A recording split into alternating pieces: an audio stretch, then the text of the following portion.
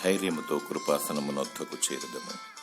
హెబ్రీయులకు వ్రాసిన పత్రిక 4:16. అధైర్యపడకూడదు, నీ భక్తి నీకు ధైర్యమును పుట్టిస్తుంది. దేవుడు మనకు ధైర్యం గల ఆత్మనిచ్చాడు. పిరికివారు దేవుని రాజ్యములో చేరరు. దేవుని సన్నిధిలో సమయం గడిపినప్పుడు, దేవుణ్ణి ఆత్మతో సత్యంతో ఆరాధించినప్పుడు ధైర్యమును చేకూరుస్తాడు. ప్రతిరోజు ప్రభువైన యేసుక్రీస్తుతో సహవాసం చేయాలి. ఆయన సన్నిధిని అనుభవించాలి. అనేకుల కొరకు, సమస్త భూ ప్రజల కొరకు, గొప్పవారి కొరకు, అనారోగ్యుల కొరకు, శత్రువుల కొరకు, సొంత వారి కొరకు ప్రార్థన విజ్ఞాపన చేయాలి. మానక దేవుని కృపాసనమునొద్దకు చేరాలి. దేవుని దయలో వర్ధిల్లుతూ కృప వెంబడి కృపను పొందుకోవాలి.